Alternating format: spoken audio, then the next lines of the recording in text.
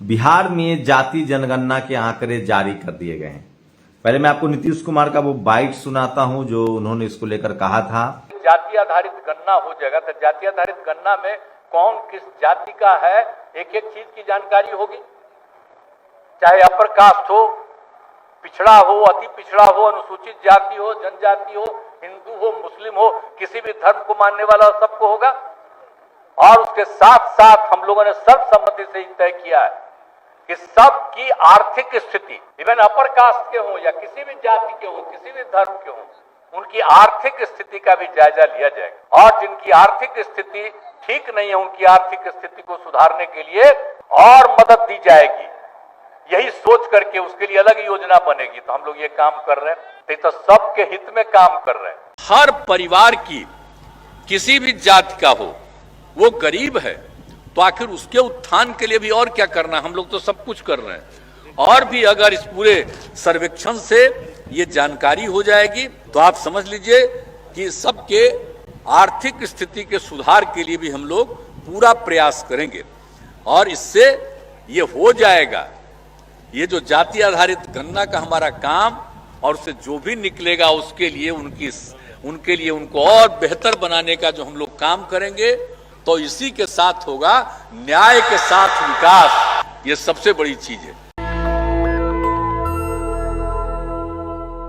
और आज 2 अक्टूबर है, गांधी जयंती के दिन उन्होंने आंकड़े जारी किए हैं और सोचिए इसके कई मायने हैं, क्या क्या बदलेगा वो भी बताऊंगा। सोचिए बिहार में जो जनरल कैटेगरी के लोग हैं उनकी राजपूत, भूमिहार और ब्राह्मण समाज की संख्या लगभग 10% से ऊपर जाती है, तो उनको एमपी एमएलए में 10% ही टिकट मिलना चाहिए, नौकरियों में भी उनकी उतनी ही भागीदारी होनी चाहिए।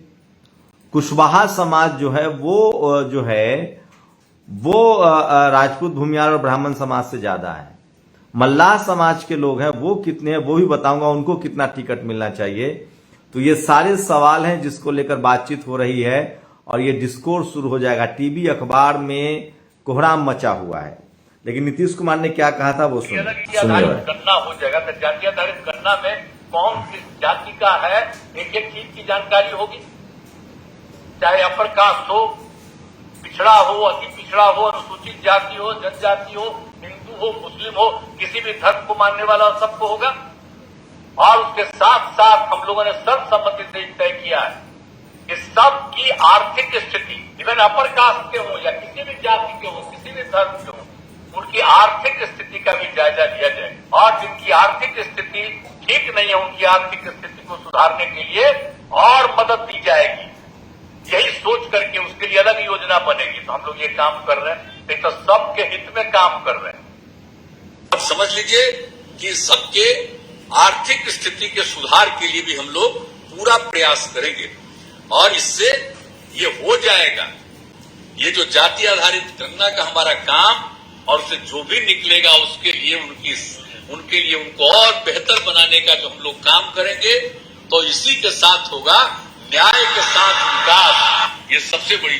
तो ये न्याय के साथ विकास की जो बात कह रहे हैं नीतीश कुमार, तो सोचिए मैं आपको पहले तो जाति जनगणना के कुछ आंकड़े बता रहा हूं जो सोशल मीडिया पर सबसे ज्यादा आज वायरल है। और अखिलेश यादव हो, तमाम SC ST OBC के नेता ट्वीट कर रहे हैं।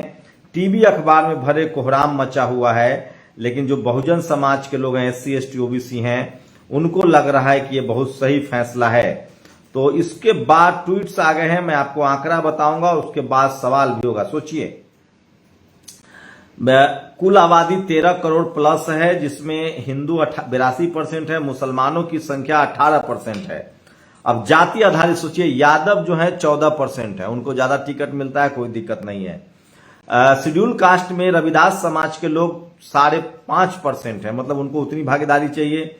कोयरी, कुशवाहा जो OBC कम्युनिटी के हैं, उनकी संख्या 4% है, वो ब्राह्मण समाज से भी ज्यादा है, राजपूत समाज से भी ज्यादा है, भूमिहार समाज से भी ज्यादा, उनको उतनी टिकट मिलनी चाहिए। सोचिए जाति का असर क्या होता है। 15%, 3, 3, 6 और 3, 6, 2, 8, 10% वाला ब्राह्मण समाज, राजपूत समाज और भूमिहार समाज 50% से ज्यादा MLA MP बनता है, अधिकारी बने हुए हैं। सोचिए शेड्यूल कास्ट में ही आते हैं, महादलित में आते हैं मुसहर समाज के लोग, उनकी संख्या 3% है। वो राजपूत, वो तो भूमिहार से भी ज्यादा है, उनको उतनी संख्या में एमएलए एमपी बनाइए, उनके अधिकारी होने चाहिए।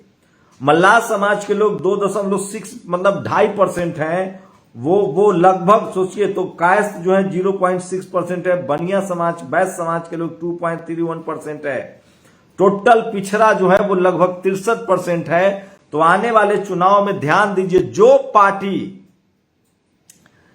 पार्टी राजपूत, भूमिहार और ब्राह्मण समाज के लोगों को 10% से ज्यादा टिकट दे, उनको वोट मत दीजिए, तब सामाजिक न्याय होगा। नौकरियों में इनकी इतनी भागीदारी होनी चाहिए। और यही महिला आरक्षण को लेकर कहा जा रहा था कि ओबीसी को रिजर्वेशन दीजिए। जो पार्टी, जो ये बिहार का जो आंकड़ा है, इसकी शुरुआत बिहार से ही होनी चाहिए।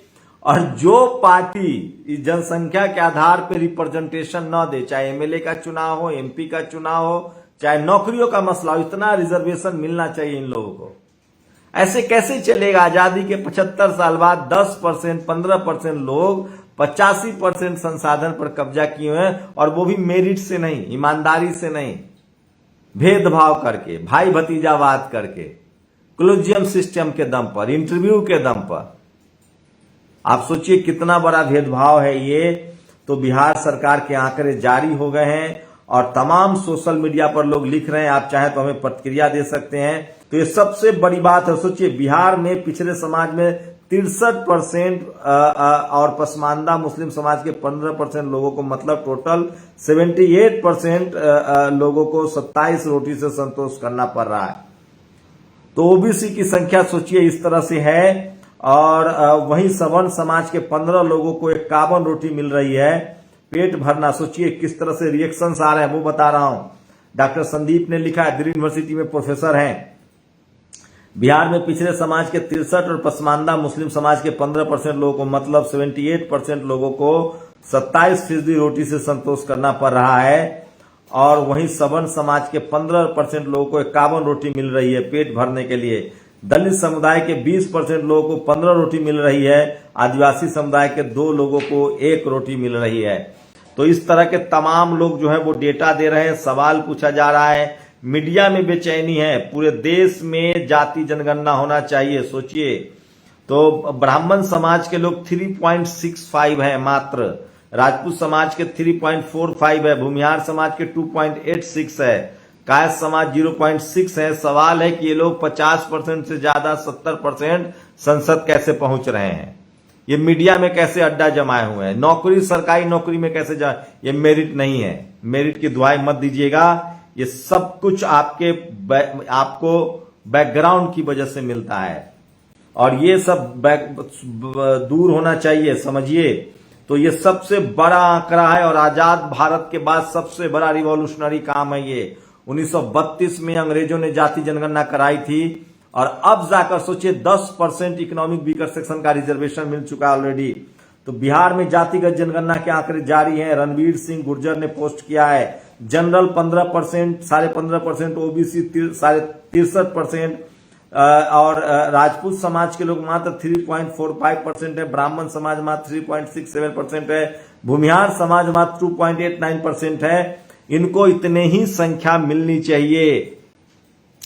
और सोचिए कि किस तरह से अनुसूचित जाति के 19.65% लोग हैं। और सोचिए कि जो कुशवाहा समाज है उसकी संख्या कितनी ज्यादा है। कुर्मी समाज 2.87 है। तो जिस समाज 14% के साथ यादव समाज सबसे ज्यादा है ओबीसी में, तो उनकी संख्या मिलनी चाहिए। ये सबसे बड़ा सवाल है। मैं फिर कह रहा हूं कि इस देश के लोगों को जागरूक होना चाहिए, SC ST OBC लोगों को। और अब कम से कम आंकड़ा आ गया है। सोचिए दिलीप मंडल ने कुछ ट्वीट किया, यूपी में ब्राह्मण, ठाकुर, सवर्ण, वैश्य तथा कायस्थ मिलाकर 10% के आसपास ही हैं। इसी डर से मां योगी आदित्यनाथ जाति जनगणना नहीं करा रहे हैं, उनको सब पता है। तो दिलीप मंडल लगातार जो है वो मर्म पर, नब्ज पर हाथ रख रहे हैं और इस जनगणना को लेकर उन्होंने कई सारे सवाल उठाए हैं।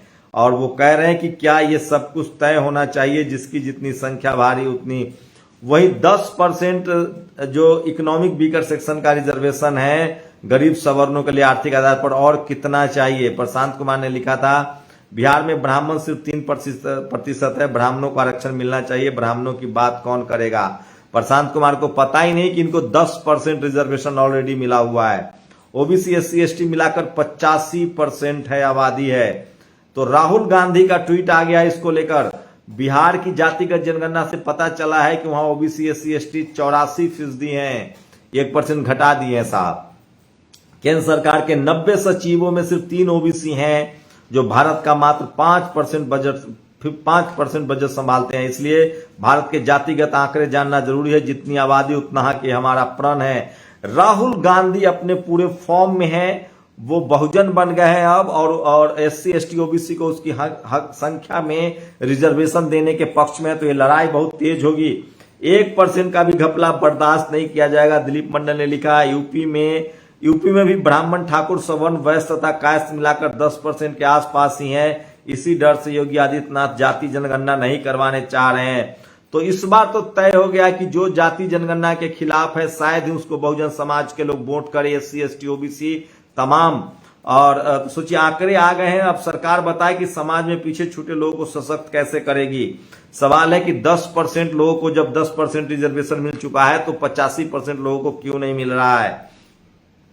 लालू यादव का ट्वीट, तो सोचिए राष्ट्रीय 2015 बिहार विधानसभा में प्रधानमंत्री को चुनौती देते हुए लालू प्रसाद जी ने कहा था कि मोदी यूएन जाकर मेरे खिलाफ पिटीशन दे, लेकिन मैं गरीबों की लड़ाई लड़ते लड़ते आरक्षण बढ़ाकर जातीय जनगणना के आंकड़े प्रकाशित करवाकर ही दम लूंगा। बिहार में तो हो गया, अब देश में होगा। ये एक बड़ी जागरूकता का काम हुआ है और पूरे देश में सोशल मीडिया पर बहुजन समाज के लोग ट्वीट कर रहे हैं।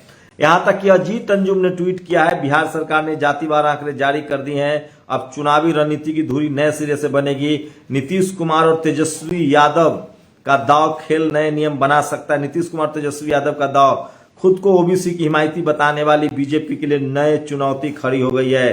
तो सवाल है कि कोई भी पार्टी अगर आपको रिप्रेजेंटेशन नहीं देता है आपके समाज की संख्या के अधिकार अनुपात में, तो आप उससे बिहार में 63% पिछड़े सिर्फ 27% आरक्षण में ठूंस दिए गए हैं। ये जुल्म है, अत्याचार है। पिछड़ा और अति पिछड़ा दोनों आरक्षण 10% बढ़ा देना चाहिए। EWS को खत्म कर देना चाहिए, वो बेकार है। दिलीप मंडल ने ट्वीट किया है। तो सबसे बड़ी खबर है आज जाति जनगणना को लेकर सवर्ण मीडिया में कोहराम मचा हुआ है। उनके यहां भी इसी तरह की भागीदारी नहीं है। तो अब प्रतीकात्मक राजनीति नहीं चलेगी। आबादी के हिसाब से हक देना पड़ेगा। नौकरियों में, शिक्षा में, निर्णय लेने वाले उच्च पदों में कम से कम 6 जगहों पर तो ये होना चाहिए। मीडिया में सबसे पहले होना चाहिए 85% रिजर्वेशन SC ST OBC को। जब मैं SC ST OBC की बात करता हूं तो आप मुस्लिम भी हो सकते हैं, सिख भी हो सकते हैं, ईसाई भी हो सकते हैं, क्रिश्चियन भी हो सकते हैं, बुद्धिस्ट भी हो सकते हैं, किसी भी धर्म के मानने वाले हो सकते हैं। नौकरियों में चाहिए उससे, और हाई कोर्ट सुप्रीम कोर्ट में चाहिए, मीडिया में चाहिए, जुडिशियरी में चाहिए, कॉलेज में, वहां से जहां से ये देश चलता है, जहां से सारी नियम कानून बनाए जाते हैं। राहुल गांधी ने इसको लेकर ट्वीट कर दिया है। तो 2024 का जो सबसे बड़ा मुद्दा होगा वो होगा जाति जनगणना की लड़ाई और जाति के अनुपात में सबको बराबर देना। वहीं जो सवर्ण समाज के लोग हैं, जो सवर्ण मीडिया है, वो आंकड़ा जारी कर रही है। हिंदू 81% और मुस्लिम 17%, लेकिन ईसाई तो सोचिए वो धर्म के आंकड़े जारी कर रहे हैं। SC ST OBC के जो लोग हैं वो जातिगत आंकड़े जारी कर रहे हैं। तो SC ST OBC के लोगों को जो फायदा है वो जातिगत जनगणना से है। और तो सबसे बड़ी खबर है, राहुल गांधी ने भी इसको सही माना है। उन्होंने कहा है कि 85% के हक अधिकार दिए बगैर आप कैसे देश चला सकते हैं। सोचिए 85% लोगों के हिस्से में सिर्फ 27 OBC को 27% दिया गया। 49% रिजर्वेशन है वो भी लागू नहीं किया जाता है, क्योंकि जो लागू करने वाली बॉडी है उसमें उनकी संख्या ही नहीं है।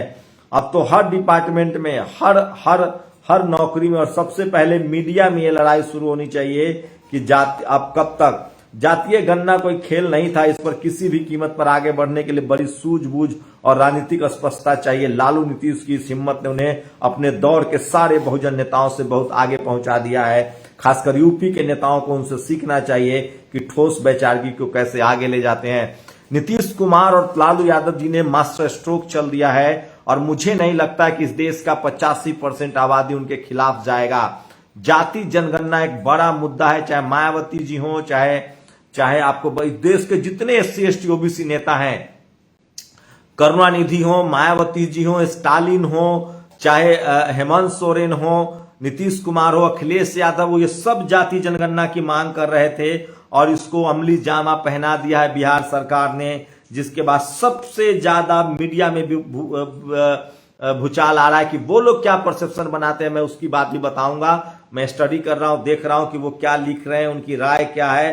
तो सबसे बड़ा सवाल है कि जो बहुजन समाज के लोग हैं वो एकजुट हो रहे हैं। सोचिए, बिहार में लगभग 20% शेड्यूल कास्ट के लोग हैं, उनको 20% रिजर्वेशन मिलना चाहिए। 63% OBC है, उनको 63% मिलना चाहिए और 10% मात्र अगर राजपूत, भूमियार और ब्राह्मण मिला दे तो 10% है। तो सब जगह इनका पता चलना चाहिए कि लोग कितने। सोचिए, अकेले मल्लाह समाज के जो लोग हैं वो भूमिहार समाज के आसपास हैं, उनको उतनी संख्या होना चाहिए। कानू, धानुक, नोनिया, ये तमाम लोग, पान, सवासी, पानर, चंद्रवंशी समाज के लोग, नाई समाज, बढ़ई समाज के लोग, तो सब लोगों की जनसंख्या के अनुपात में उनको रिजर्व, प्रजापति, तो ये तमाम जो कम्युनिटी है उनको, उनकी संख्या में ये लोग बहुत अफवाह फैला रहे थे कि सब यादव खा गया, कुर्मी खा गया, कोयरी खा गया। अब पता चल रहा है कि 95% पदों पर, 90% पदों पर, 80% पदों पर तो 10% लोग बैठे हुए हैं। ये अब नहीं चलेगा। बहुजन समाज के लोग बहुत जग गए हैं और वो अपने हक अधिकार के लिए सजग हैं। जाति जनगणना पर आपकी क्या राय, अपनी प्रतिक्रिया जरूर दीजिए। शुक्रिया। नेशनल दस्तक की आपसे गुजारिश है कि अगर इसको बचाना चाहते हैं तो नेशनल दस्तक को सब्सक्राइब करने के लिए रेड कलर के सब्सक्राइब बटन को दबाएं, फिर बेल आइकन की घंटी दबाएं। नेशनल दस्तक को बचाने के लिए बहुत जरूरी है कि हर खबर को शेयर करें, लाइक करें, कमेंट जरूर करें।